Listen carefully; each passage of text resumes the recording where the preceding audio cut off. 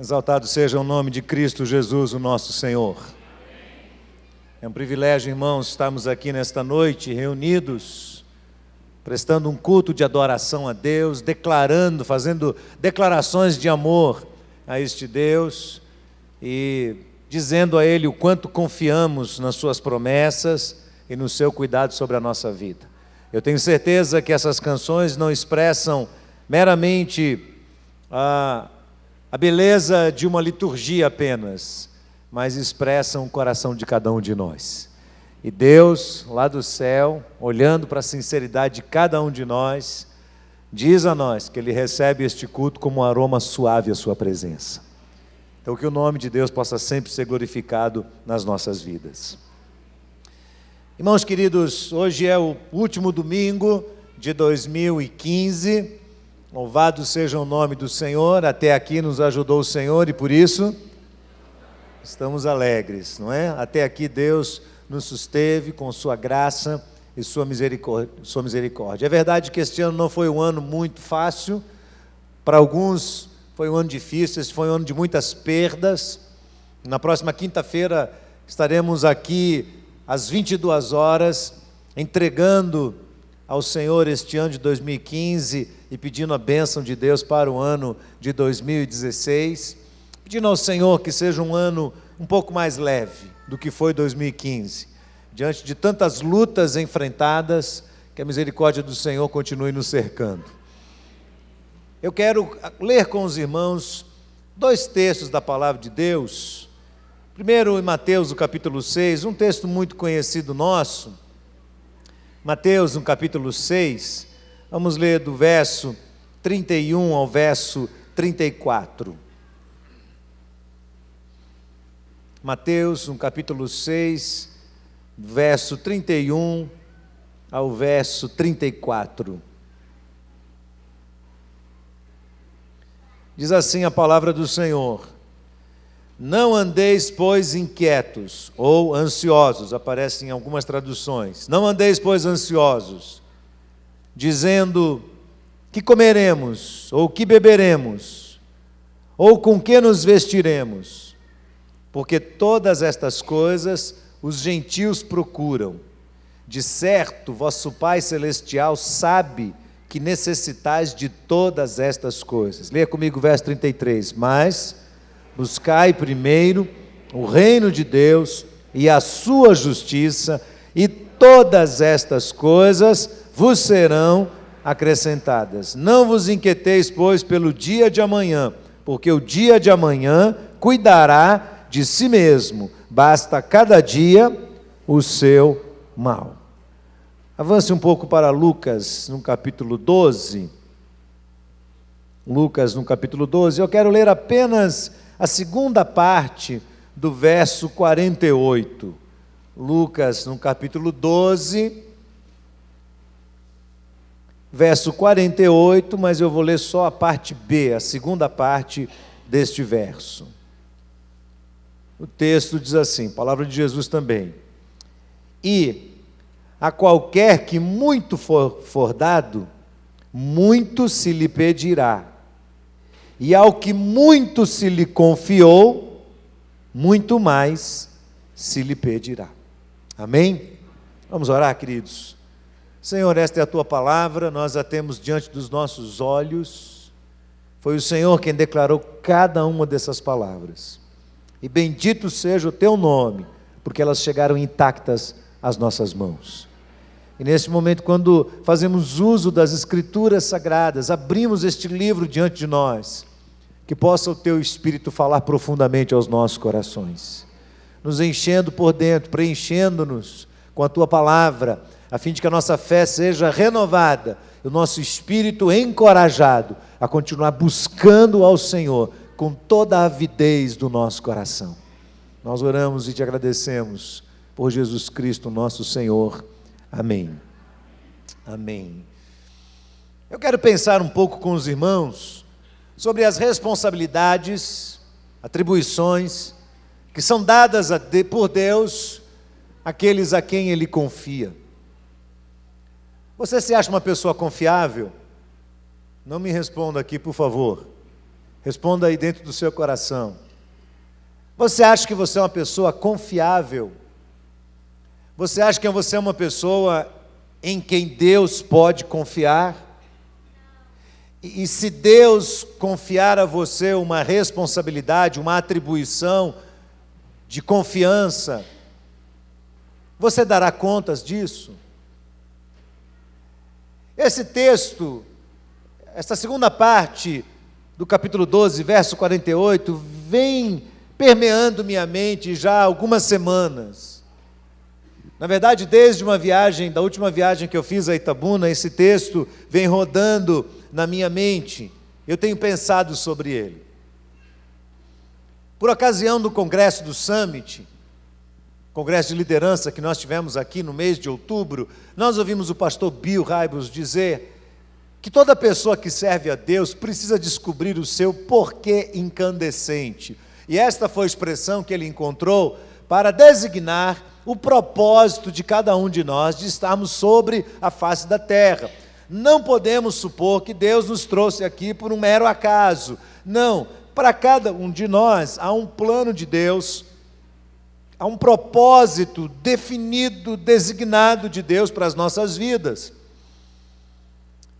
E na sua palavra ele diz, Bill Hybels diz que nós precisamos descobrir este porquê incandescente, porque ele acende a nossa alma, ele faz com que nós tenhamos uma razão para viver neste mundo e não venhamos a nos perder no meio de tantas responsabilidades, atividades, às vezes sem muita fundamentação, que nos tiram do propósito de Deus e nos deixam vazios por dentro. A palavra dele faz coro com o que o apóstolo Paulo diz quando se despede da igreja de Éfeso, lá em Atos capítulo 20, verso 24, quando Paulo diz assim: em nada tenho a minha vida por preciosa, contanto que eu cumpra a carreira que me foi proposta pelo Senhor. Então Paulo tinha isso em mente. Nós estamos neste mundo e nós devemos buscar alguma coisa neste mundo. Esta alguma coisa não é algo aleatório, nem tampouco é aquilo que as pessoas disseram para nós que tem que ser, mas algo que você descobre na sua vivência com Deus, na sua caminhada com Deus. Você vai entendendo da parte de Deus, e Deus tem prazer em revelar isso para os seus filhos, para aqueles que andam em intimidade com Ele. Qual o plano dele? Qual o propósito dele, pelo qual você veio a esta vida, e o que é que você exatamente está fazendo aqui sobre a face da terra? Uma observação que eu tenho extraído da minha trajetória cristã, e olha que eu tenho 40 e tantos anos vividos dentro de igreja, a minha percepção é de que as pessoas que se ocupam do reino de Deus, além de serem pessoas mais leves, mais plenas, verdadeiramente mais felizes, elas são também mais ocupadas. Aliás, elas estão muito ocupadas. Com isso eu quero dizer que a minha percepção é que à medida em que eu vejo as pessoas se empenharem buscando o reino de Deus em primeiro lugar, eu também percebo que elas vão se tornando cada vez mais confiáveis a Deus, e recebendo dele uma parcela maior de responsabilidade. Em Mateus capítulo 25, Jesus nos conta lá no verso 28 e 29, aquela parábola dos talentos, e ele diz que um senhor se ausentou, chamou os seus servos, a um deu 5 talentos, talentos são aquelas barras de prata ou de ouro, deu 5 talentos, para outro deu 2, e para outro deu 1, presta atenção, 5, 2 e 1, são atribuições diferentes de Deus, Ele sabe por que Ele faz isso, para uns Ele dá mais, para outros menos e para outros bem menos, mas Ele conhece nossa capacidade e sabe até onde a gente pode suportar, e o que é que a gente vai fazer com aquilo que Ele colocou na nossa mão. Então aquele senhor se ausenta e deixa esses talentos na mão de cada um. O que tem 5, trabalha pesado e dobra esses 5 e os transforma em 10. O que tem 2, trabalha pesado e o transforma em 4. O que tem 1, fica com medo do seu senhor.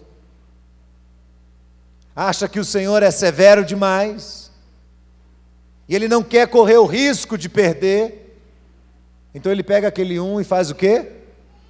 Enterra. E quando o Senhor volta, ele fala: olha, Senhor, eu sei que o Senhor é severo, que o Senhor ceifa onde o Senhor não semeou, então está aqui o seu talento, não perdi nada, não perdi nada, o que o Senhor me deu eu estou lhe devolvendo. E o servo olha para ele e diz: servo mau, negligente, se você sabe que eu colho onde não plantei, você deveria pelo menos ter entregue esse talento na mão de outra pessoa confiável, que o multiplicasse, para que quando eu voltasse recebesse pelo menos os juros. E aí, no texto, Jesus diz que 2 juízos foram impetrados sobre este homem. Primeiro o talento que ele tem é tirado e é dado a quem? Ao que tem 5. E o segundo juízo você vai para o lugar onde há ranger de dentes e choro. Por que tanta severidade assim da parte de Jesus? Porque Jesus não está falando de ouro e prata. A palavra de Jesus é dirigida aos fariseus. E o negócio dos fariseus eram pessoas, vidas. O que Jesus estava dizendo vocês, com a religiosidade de vocês, com a hipocrisia de vocês, estão perdendo vidas. Não são bens materiais, são vidas, que eu coloquei debaixo da responsabilidade de vocês. E ao invés de multiplicarem o reino, vocês estão esvaziando o reino. Porque se tratando de vidas, Deus usa de severidade, porque Ele se importa com pessoas. Quando eu estava deixando o meu primeiro ministério, eu fui visitar um orfanato na cidade de Inúbia Paulista, lá no interior de São Paulo. E fui levar um garoto para esse orfanato, e o pastor da primeira igreja batista de Inúbia Paulista me chamou para pregar, e eu fui pregar naquela igreja, uma igreja bem pequenininha, e ele tinha 84 anos de idade. E eu disse a ele que estava saindo daquele lugar onde eu morava, e ia mudar para outra cidade, e ele disse: quantas pessoas tem hoje na igreja que você cuida? Eu disse: mais ou menos 30 adultos. E ele disse: quantas tem lá onde você vai, para esse novo lugar que você vai? Eu disse: mais ou menos 40. Ele disse: irmão, 10 pessoas a mais? Louvado seja Deus. Deus confia em você, porque Ele está te dando 10 pessoas a mais para você cuidar. 10 pessoas que você vai dar contas diante de Deus da vida delas. Na época eu nem me atinei porque ele falou, não dei a mínima importância, porque eu não estava fixado na profundidade do que ele estava dizendo. Eu estava simplesmente mudando de um lugar para outro, e eu não sabia o que Deus ia fazer. Agora vejam, eu não estou aqui defendendo numerologia. Geralmente as pessoas dizem: quantidade não é qualidade. E é interessante porque às vezes eu vejo pessoas usando a experiência de Filipe, lá no capítulo 6 de Atos, que deixam o ministério em Samaria e vai para o deserto, por orientação de Deus, para pregar para apenas uma alma, que é aquele etíope, tesoureiro de Candace, a rainha dos etíopes. E Filipe prega a ele.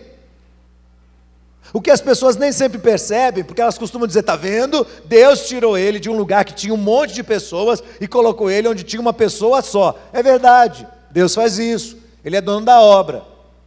Mas a história de Filipe é circunstancial, porque ele não permanece no deserto. Ele sai de Samaria e o propósito de Deus é levá-lo para Azoto. Mas Deus o introduz ao deserto, para que ele encontre o etíope. E no intervalo entre 2 ministérios, ele encontra com aquele homem carente do evangelho, e Filipe não perde a oportunidade. Em outras palavras, estou dizendo que nós não podemos usar essa passagem bíblica para defender a ideia de que Deus não se importa com números. Ora, Deus se importa sim com números, se esses números representarem vidas, se representarem pessoas, porque pessoas são alvo do interesse de Deus, do cuidado de Deus, do amor de Deus e da morte sacrificial de Jesus. Jesus morreu por quem? Por vidas, por gente, por pessoas. O que eu estou tentando destacar hoje para você é a responsabilidade atribuída por Deus aos seus filhos, maiores, menores e menores, mas responsabilidades atribuídas aos seus filhos. Algumas igrejas e ministérios recebem mais responsabilidade do que outras, mas todas igualmente serão colocadas diante de Deus para prestar contas dessas oportunidades, dessas portas abertas de Deus, que Deus coloca diante dos seus filhos. Paulo diz em Efésios capítulo 5, verso 13, remindo o tempo, porquanto os dias são maus. Então, remir o tempo significa aproveitar as oportunidades, com clareza, com discernimento, com inteligência, perceber quais são as portas abertas de Deus, para nós, para a nossa vida, para a nossa história, e não perdemos o time, o tempo de Deus. Vocês não têm ideia de quantas pessoas eu tenho visto perderem o time, perderem o tempo de Deus nas suas vidas. E quanta frustração as pessoas estão acumulando sobre a sua vida e a sua história. Eu conheço cristãos que passam anos, e lá no finzinho da sua vida dizem, a minha vida não valeu de nada. Eu falo, meu Deus, como? Como? Você é um agente do reino de Deus, você foi lavado pelo sangue de Jesus, foi pago um alto preço por você. Como é que você não consegue glorificar Deus com sua vida, sua experiência, sua história, com seu coração? Não é possível. Alguma coisa está fora do lugar. Oportunidades, portas que Deus abre diante de nós, orientação clara de Deus, segue esse caminho, olha aquela circunstância, olha aquela pessoa, olha o que está acontecendo, e Deus coloca na nossa frente, para que a gente enxergue e a gente engaje o nosso coração naquilo que o Senhor está nos revelando. Quando nós finalizamos o ano de 2014, o ano passado, e passamos para o ano de 2015, nós oramos ao Senhor entregando a nossa vida, a nossa igreja, os nossos ministérios, os nossos líderes, os nossos pastores diante de Deus, orando e pedindo a Deus. Eu me lembro disso, Deus, faz de nós uma igreja relevante. Quantos aqui já me viram orar pedindo a Deus que Deus faça uma igreja relevante aqui na cidade? Nós temos orado pedindo para Deus, Deus, faz de nós uma igreja relevante, faz de nós uma igreja que tem um papel importante no meio desta cidade. Nós não queremos ter um papel figurativo aqui, nós não queremos ser uma religião apenas, uma porta religiosa que tem uma liturgia bonita, mas morta. Não! Nós queremos que o Deus que habita em nós possa abalar as estruturas dessa cidade. Ou como a nossa equipe de louvor cantou numa das músicas que fez, Salvador tremendo a voz do Espírito Santo de Deus, a voz do Senhor. E para isso dizendo para Deus, Deus usa a nossa vida, usa a nossa vida. Então nós terminamos 2014, e o que era a IBAN? A IBAN era a sua sede, com aqui 1.600, 1.700 pessoas, e mais 4 extensões em Salvador, Flamboyãs, Bolandeira, Orla e Cajazeiras, extensões nossas, que estão aqui pela cidade, parte da nossa igreja, irmãos nossos que estão nesse exato momento congregados em outros lugares da cidade. Encerramos o ano com 8 congregações no interior, Simões Filho, que é a congregação de Cristo Rei, Monte Gordo, que o pessoal chama de Lagoa Seca, América Dourada, lá na região do Café, na região lá de Irecê, do Feijão, a estrada do Feijão, Massacará, os índios Massacarás, a tribo dos Massacarás, na região de Euclides da Cunha, a Ilha Grande, entre os pescadores, Barcelos do Sul, Torrinhas e Centro-Sé, lá em cima na cabeceira do São Francisco. 8 extensões nossas pelos interiores, obreiros nossos que estão trabalhando, batalhando, evangelizando, abrindo projetos para cuidar de vidas, de pessoas que Deus coloca debaixo da nossa responsabilidade. Terminamos o ano com o projeto da BM em pleno funcionamento, mais de 200 entre crianças, adolescentes e jovens, num programa de educação, um projeto social, música, esportes, computação, ajudando essas crianças, cuidando das suas necessidades, estendendo auxílio às suas famílias, socorrendo nos dias de enchente, desabamentos e assim por diante. E aí eu pergunto para você, será que já não está bom? Seria suficiente já? Alguém poderia dizer, Deus, graças a Deus, temos essas responsabilidades, agora está bom, é suficiente. Seria isso suficiente? Seria isso uma boa base de trabalho que já nos ocuparia bastante, que já nos deixaria, por vezes, exauridos, como muitos dos líderes dessa igreja ficaram no decorrer deste ano, cansados, exaustos, de tanta responsabilidade, de tanto compromisso, e várias pessoas voluntárias trabalhando nesses projetos, como se fosse o trabalho pessoal deles, entregando ali parcela da sua vida e do seu tempo. Seria suficiente? Eu creio, queridos, que não somos nós que temos que responder isso, mas é Deus quem tem que responder. Então nós invertemos a pergunta. A pergunta não é, será que isso é suficiente para nós? Não. A pergunta é, será que Deus nos encontraria tão fiéis, ao ponto de nos dar mais responsabilidades do que nós já temos? Será que o Senhor, olhando do céu para nós, Ele diria, posso confiar vidas à mão desse povo, porque esse povo não vai me decepcionar? Será que Deus faria isso?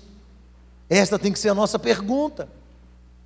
Eu penso muito sobre expansão. Agora minha concepção tem sido reaprendida com os anos, com o trabalho junto com a igreja, com missão, com ministérios e com a oportunidade de ouvir outros conselheiros. 4 anos atrás, eu estive na cidade de Cincinnati, nos Estados Unidos, visitando Talmai e Raquel. Eu fui para o Summit, participei do congresso, e do congresso fui visitar esse casal que são membros de nossa igreja.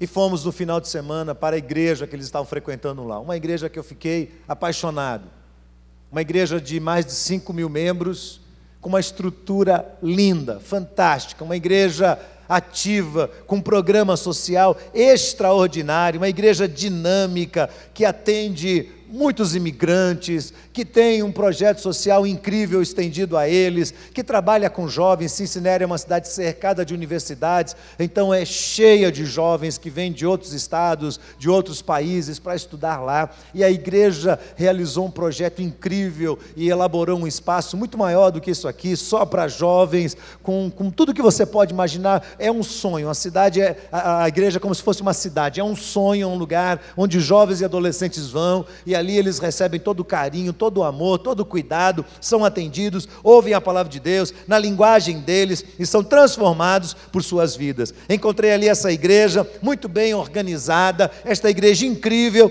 relevante naquela cidade, fazendo um trabalho extraordinário. Vi o culto, participei do culto, e Talmai disse assim, você não quer conversar com o pastor Dave? Eu disse, se eu tiver oportunidade, claro que eu quero. O pastor David Workman deve ter mais ou menos uns 15 anos a mais do que eu, os cabelos brancos, muito bonito, forte, e ele estava lá pregando, eu ouvi pregar, pregou muito bem, achei muito interessante tudo que eu vi ali, e ele é um homem muito ocupado. E Tomai ligou para a secretária dele e disse, olha, o meu pastor do Brasil está aqui, será que a gente consegue um tempo para falar com o pastor? Ela disse, olha, ele está com a agenda totalmente preenchida, muito ocupada, talvez ele não possa, mas eu vou falar com ele. Então ela falou com o pastor e o pastor ligou para a gente. E disse, olha, eu não tenho horário no gabinete, mas vamos fazer o seguinte, vocês são meus convidados, eu vou almoçar com vocês amanhã. Falei, que bom, além de conversar com ele, ainda vou almoçar.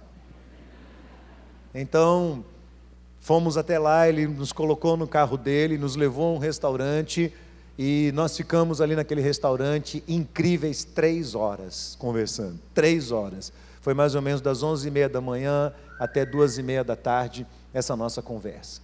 Almoçamos e começamos a trocar nossas experiências. Há muita similaridade entre aquela igreja e a nossa igreja aqui em Salvador, e ficamos trocando as nossas experiências, conversando sobre aquilo tudo, e num dado momento pendemos para o lado de quais são as fases de um ministério, quais são as fases do crescimento ordenado de uma igreja. Então ele puxa um guardanapo de papel, coloca sobre a mesa, pega uma caneta e escreve 4 palavras, uma embaixo da outra. Ele escreve: discipulado, liderança, sustentabilidade e expansão. Então ele começa a falar de uma por uma. O que é o discipulado? Quando alguém quer abrir um trabalho, quando um obreiro chega numa igreja, o que é discipulado? Discipulado não é um programa, não é um livreto, não são algumas aulas. Discipulado é a vida de uma pessoa sendo derramada sobre a vida de outra pessoa. O discipulado é quando você convida alguém para participar da sua vida, da sua história, da sua experiência com Deus. Você ensina sim, formalmente, você até segue o script de um texto bíblico, de um estudo bíblico. Mas você trabalha a vida na vida, você mostra para a pessoa o seu exemplo, você abre a sua casa, a sua história, a sua família, você se relaciona com aquela pessoa, trazendo ela para o seu mundo e entrando no mundo dela, derramando o seu coração sobre o coração dessa pessoa. E ele disse: olha, nenhum obreiro, nenhum pastor consegue conquistar a confiança da sua igreja, do seu público, se ele não aprender a discipular bem, se ele não aprender a derramar o seu próprio coração sobre o coração das pessoas. Essa é a primeira etapa, fundamental, importante, o investimento nas vidas, a conquista das pessoas, ajudando essas pessoas a caminharem na direção da maturidade cristã. Segundo lugar, liderança. Liderança importa. Nada nesse mundo funciona sem liderança. Absolutamente nada. O que está acontecendo no Brasil hoje é que o Brasil está sofrendo uma crise aguda de liderança. Os nossos governantes não estão sabendo liderar este país incrível, extraordinário e repleto de recursos. As nossas igrejas podem sofrer por falta de liderança. Liderança é a base de tudo. E líderes precisam ser bem trabalhados. Existem líderes natos e existem líderes que aprendem a ser líderes. Todos os dois precisam de treinamento. Mesmo alguém que já nasça com impulso de liderança, precisa ser bem orientado e bem treinado para canalizar o seu impulso de liderança na base certa e ser uma boa plataforma de ação e de impulso para o crescimento da igreja. Por isso, se na primeira etapa nós investimos nas vidas e trabalhamos e conquistamos a confiança das pessoas, a segunda etapa é selecionar, preparar e responsabilizar líderes, colocar sobre eles o peso da responsabilidade, dividir com eles, ser modelo, para que eles possam seguir e possam avançar e possam receber atribuições de confiança. Na minha experiência, isso eu já sabia, e eu imaginava que o terceiro então era o crescimento. Ele disse: não, antes do crescimento vem a autossustentabilidade. Sim, mas a gente não evangeliza. Em todas essas etapas você evangeliza, em todas elas você fala do amor de Deus, e em todas elas pessoas vão estar sendo movimentadas ao redor, ao entorno desta igreja, desta comunidade, dessa organização. Isso vai acontecer o tempo todo, mas existe um tempo da igreja muito especial, que é quando as pessoas começam a olhar para esta igreja e questionar se ela é ou não confiável com relação aos investimentos de recursos que ela faz. É quando os membros ou as pessoas que estão convivendo com essa igreja entendem e confiam que a liderança desta igreja age com lisura, com organização e com inteligência no que diz respeito a onde se investe financeiramente. Então, se há honestidade, há um plano organizado sendo colocado em ação e há inteligência, as pessoas então começam a confiar nisso. E se elas confiam, elas chegam junto, elas começam a trabalhar lado a lado com você. E esse trabalho então começa a alcançar um nível de autonomia, de autossustentabilidade. E aí sim, vem a expansão. Vem o momento em que você começa a ver as coisas acontecerem de uma forma muito natural, por todos os lados as coisas começam a se esparramar, começam a crescer, essa expansão ordenada que é resultado do que vem antes, do discipulado, da liderança, da sustentabilidade, e agora então essa expansão como algo natural começa a acontecer. Esse foi o final de 2014, então nós chegamos em 2015, e eu comecei este ano de 2015 debaixo de uma crise muito grande. Eu havia dito o ano passado que queria deixar o trabalho da MEAP. Se você está aqui e não sabe o que é a MEAP é um projeto missionário entre pescadores, e eu vim para a Bahia 25 anos atrás com minha esposa para cuidar especificamente desse projeto, e de uma certa forma, quando assumimos a IBAN há 15 anos atrás, quase 16, a igreja abraçou esse projeto, mas não o assumiu por completo. E no ano passado, dado ao crescimento da igreja e ao crescimento do projeto, nós estávamos numa crise, se deixaríamos ou não.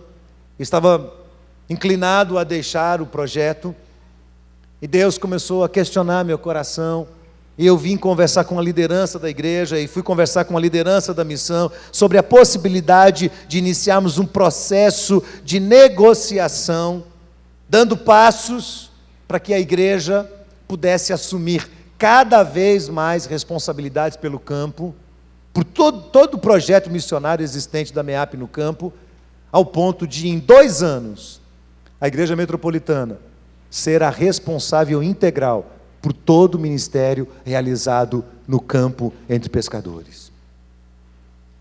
Isso tremeu meus joelhos. E eu tive várias reuniões com a liderança, e fui muito apoiado pela liderança dessa igreja. Porque se você não sabe o que significa, isso significa assumir, além da nossa creche aqui, a creche de Barcelos do Sul, com mais 120 crianças, a creche de Boipeba, com mais 120 crianças, o projeto de esportes, que tem lá em torno de 80 a 100 jovens que participam, e o Barco Clínica, que atende milhares de pessoas por ano. Além disso, assumi em torno de 3 ou 4 casais de missionários que estão no campo sem sustento. E eu comecei a orar a Deus, e colocar diante do Senhor, e trouxe para a liderança, e a liderança abraçou o projeto, e começamos a nos debruçar sobre o planejamento todo, para olhar criteriosamente, para a gente não tomar nenhuma decisão precipitada.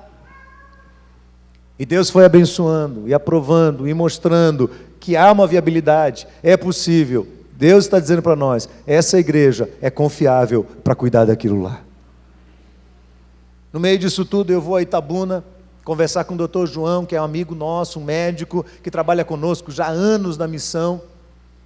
Sento na sala da casa dele, eu, minha esposa, ele e Patrícia, a esposa dele, estamos conversando sobre o projeto.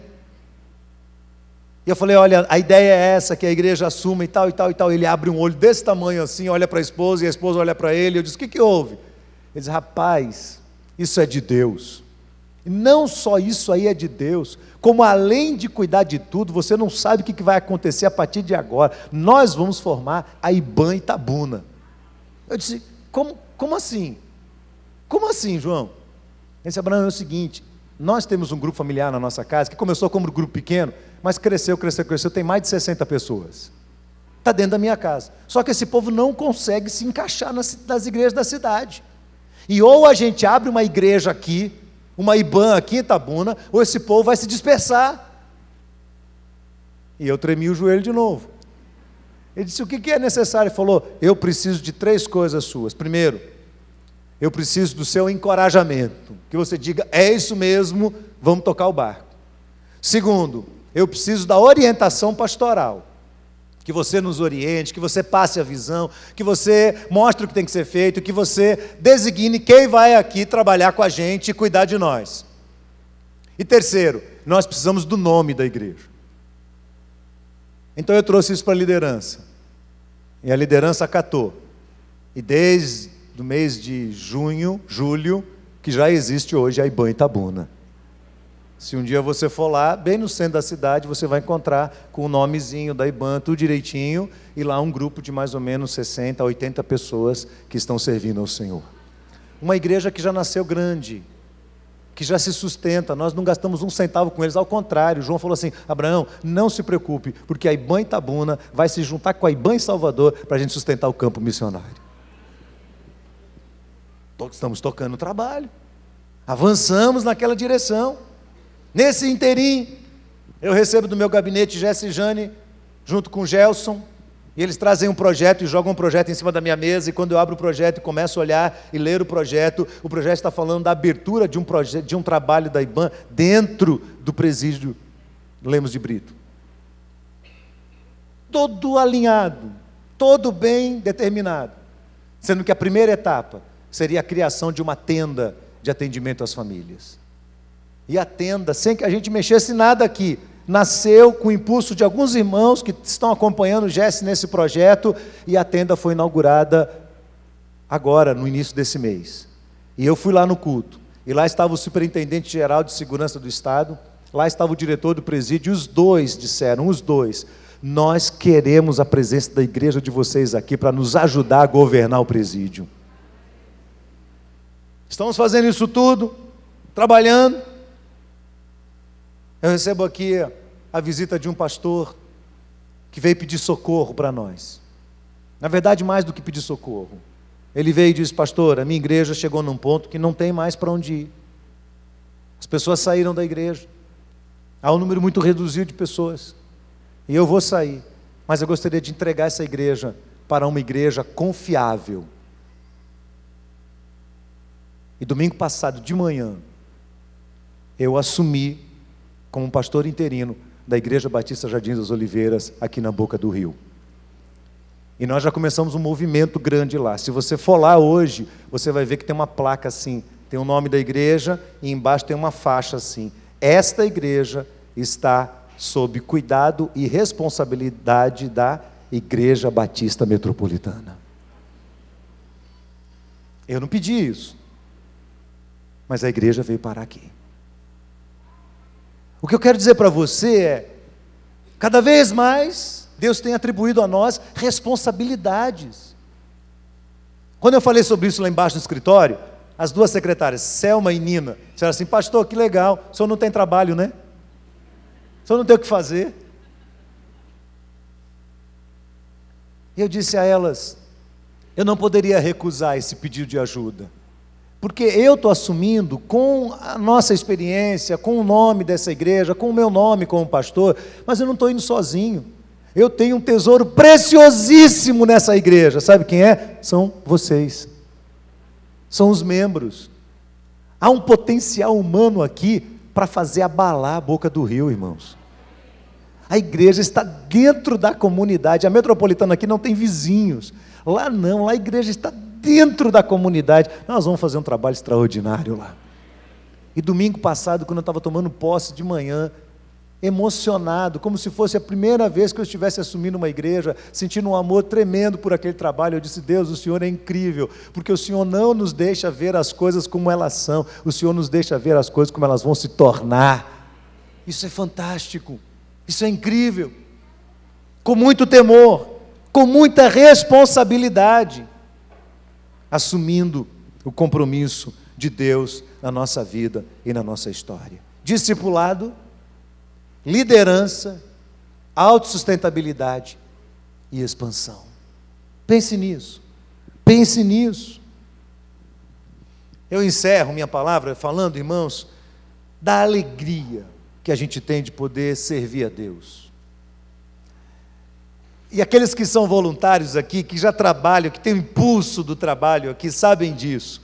Quem é escolhido e recebe uma atribuição de Deus, sente um impulso para fazer o trabalho, que é algo que não dá para ser explicado. Não dá para ser explicado. E é interessante porque você não faz isso porque você quer receber um reconhecimento humano. É diferente da nossa profissão.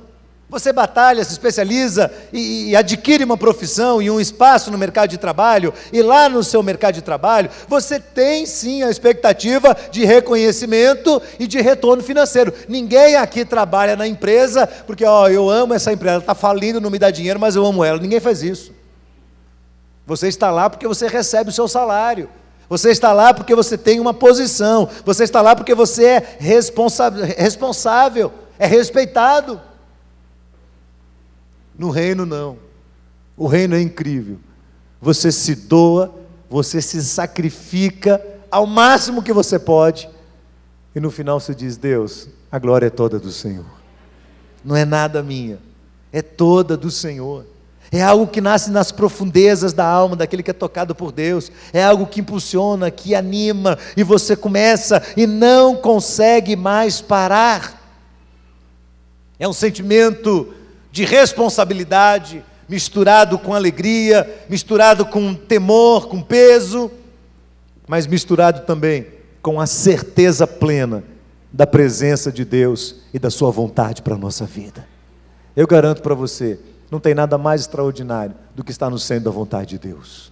Não existe nada mais importante nessa vida do que você saber que Deus está usando a sua vida e o seu coração e a sua inteligência e os recursos humanos e a sua sabedoria e as experiências que você já teve e os seus recursos e tudo o que você tem, tudo o que você tem para a glória do nome dEle. Então, irmãos, neste finzinho de ano, eu queria deixar rápidos conselhos para vocês. Primeiro, vamos orar a Deus. Vamos iniciar o ano de 2016 clamando ao Senhor, orando, falando com Deus, exercitando a disciplina espiritual, da oração, da comunhão cotidiana, diária com Deus. Porque sem a oração a gente não caminha. Nós podemos nos tornar ativistas sem oração.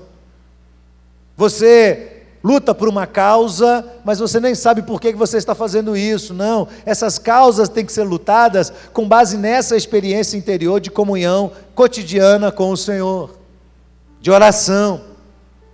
Segundo, pergunte a Deus se você é uma pessoa confiável. Você tem coragem de perguntar isso para Deus? Deus, eu sou uma pessoa confiável? O Senhor confiaria a responsabilidade de algo a mim? Você tem coragem de perguntar isso para Deus? O Senhor confiaria em mim ao ponto de colocar uma pessoa debaixo da minha responsabilidade? 1, 2, 3, 10 vidas, 15, 20. O Senhor colocaria vidas debaixo da minha responsabilidade? Pergunte isso para Deus. Pergunte isso para Deus. E perguntando, disponibilize-se. Perguntando, vá atrás, visite os campos, conheça os obreiros, vá às extensões, saia da sua zona de conforto, vá no lugar mais difícil, procure, encontre outros líderes desta igreja, aprenda com eles. Se você não sabe, se junte com eles e caminhe lado a lado com eles, porque você vai aprender debaixo de bons exemplos. Terceiro, sustente essa obra. Sustente com confiança. Irmãos, Deus está fazendo coisas incríveis aqui dentro. E eu posso dizer aos irmãos, tudo o que está sendo feito aqui, está sendo feito com lisura, com organização e com inteligência. Às vezes as pessoas investem seus recursos financeiros em projetos que não conhecem, só porque estão na televisão. Apareceu um camarada na televisão lá, falou e tal, e mexeu com a emoção de todo mundo e tal. A pessoa vai... E nem todo mundo que está na televisão é confiável. Tem muito mais coisa errada do que a gente imagina acontecendo, infelizmente, nesses projetos propagados por aí. Então, se você tem que investir no reino de Deus, invista naquilo que você confia, naquilo que você sabe, que tem tido um resultado sério, comprometido, honesto, organizado. Investimento inteligente, feito no reino do Senhor. Quarto, não tente trabalhar sozinho. Não tente trabalhar sozinho. Primeiro, se a gente tenta trabalhar sozinho, a gente não alcança êxito, porque não há sinergia. Sinergia é a multiplicação, a potencialização da força. Uma pessoa sozinha consegue fazer algumas coisas, mas quando nós nos unimos em grupos, nós nos tornamos potencialmente muito mais fortes, e somos capazes de ir muito além. E o mais interessante de tudo, é que quando a gente encerra as etapas, a gente não diz, a glória do fulano, a glória do ciclano, olha, foi o Abraão, olha, foi o Hélio, não, foi o Lucas, não, foi o líder tal. Não, nada disso, nada disso. Quando a gente encerra essas empreitadas extraordinárias, a gente diz, Deus, a glória do Senhor. Não foi nenhum de nós fizemos tudo isso juntos, juntou aqui o teu povo, ó, força de todo mundo, e todo mundo batalha, como a gente tem visto em tantos projetos. Eu quero inclusive parabenizar todos que trabalharam no Natal do Salvador. É incrível ver aquelas equipes todas ali envolvidas, trabalhando, cada uma na sua área, em habilidades que Deus lhes deu, e Deus deu a cada um, e aí no final de tudo, a gente diz, só tem uma pessoa aqui, só uma pessoa, que merece glória, honra, louvor, é Jesus Cristo, o Senhor.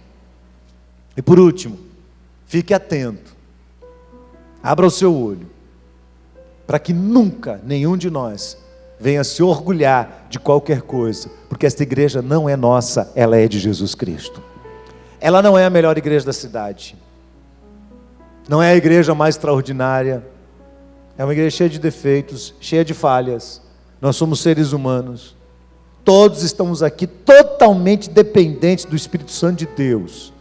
Tão somente, irmãos, completando o que falamos hoje pela manhã, mantenha o seu coração em santidade diante do Senhor, para que você seja confiável ao ponto de Deus colocar responsabilidade debaixo da sua vida, da sua mão, da sua história. Mas nunca se orgulhe disso, nunca se orgulhe, fique atento, para que não haja nenhum resquício de orgulho ou pessoal ou comunitário, coletivo. Mas que sempre, depois da gente terminar uma empreitada, a gente possa dizer, olha, nós somos servos inúteis, fizemos só o que devia ser feito. A glória não é nossa, a glória é de Jesus. Sempre, o tempo todo. Amém, irmãos? Quer mais responsabilidade ou não? Você teria coragem de dizer para Deus, Deus, não me dá não me dê responsabilidade não, você teria? É um direito seu dizer isso. Você pode dizer para Deus, Deus, eu não quero cuidar de ninguém. Eu não quero cuidar de ninguém. É igual aquele camarada que pegou um talento, enterrou e falou, não quero fazer nada com ele, deixa quieto. Deixa quieto. Mas lá no último dia, nós seremos colocados na frente dele. E vamos prestar contas dos talentos que ele colocou na nossa mão. Agora lembre de uma coisa. Lembra disso o tempo todo. Buscai primeiro o reino de Deus e a sua justiça, e todas as demais coisas vos serão acrescentadas. Que demais coisas? Jesus falou, suprimento, comida, sabe, as necessidades básicas, o amor, o cuidado, a afetividade, as questões familiares, as questões do trabalho, do emprego, tudo isso que ocupa o nosso coração. Jesus disse, olha, busca primeiro o reino e a sua justiça, e essas coisas Ele, o Senhor, prometeu, Ele vai suprir na sua vida, na história de cada um de nós. Baixe sua cabeça, feche seus olhos nesse instante. Eu quero fazer um desafio para você nesta noite, antes de nós encerrarmos o culto. Eu vou pedir que a equipe de louvor esteja aqui, e nós vamos cantar um último cântico antes de sair, mas eu queria que você fizesse uma oração, e se você tiver coragem, você dissesse assim para Deus, Deus, eu quero ser confiável diante do Senhor.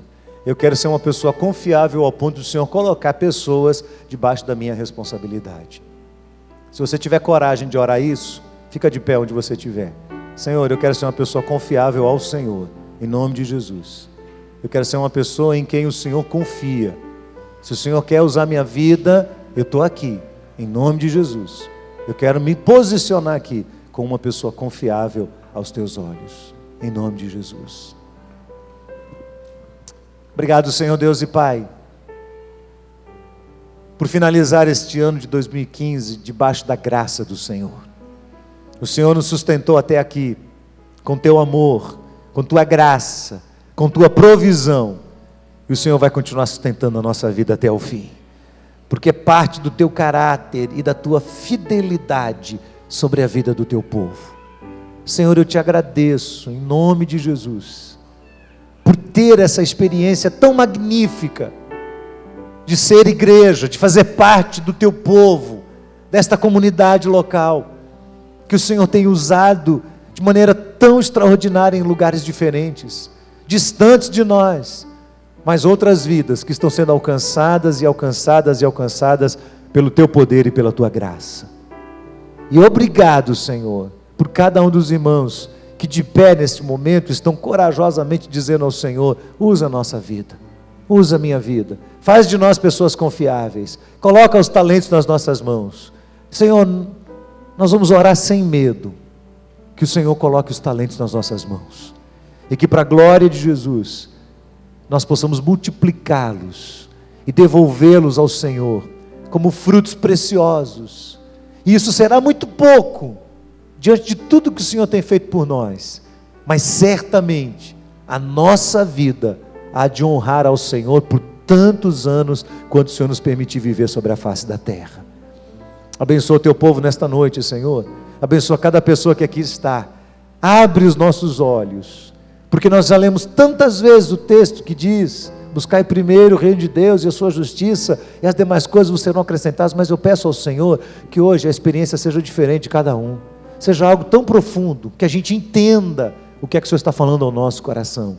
E mesmo que a gente chegue no fim de ano, exaustos, cansados e afadigados de tantas responsabilidades, que nós possamos ainda assim terminar o ano com toda a alegria e toda a coragem de saber que nós somos confiáveis ao Senhor, nós somos úteis ao Senhor, nós somos instrumentos do teu reino e da tua glória sobre a face da terra, Senhor. Bendito seja o teu nome. Abençoa o teu povo nesta noite, que toda a alegria do céu esteja sobre o nosso coração. Para a glória do Senhor nós oramos em nome de Jesus. Amém. Vamos todos ficar de pé, vamos encerrar este culto. Cadê a equipe? Aqui, vamos encerrar este culto cantando: Deus enviou o seu Filho amado.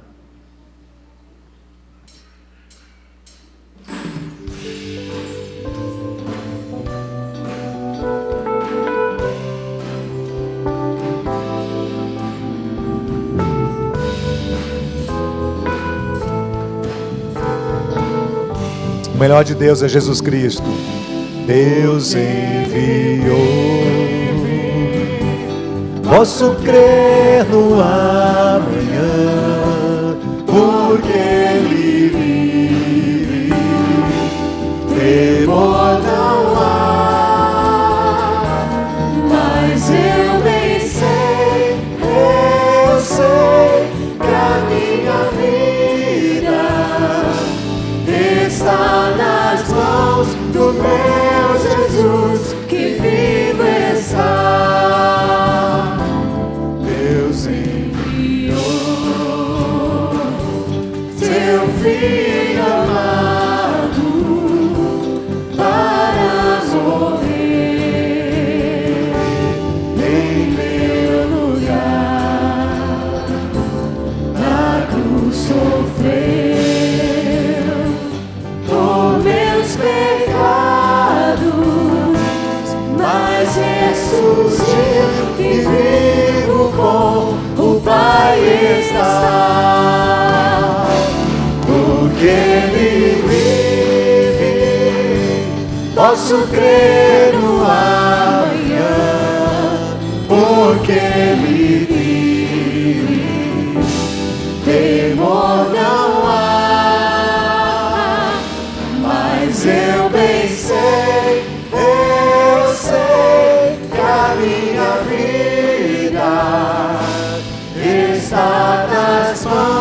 do meu Jesus, que vivo está. E quando enfim chegar a hora em que a morte enfrentarei, sem medo então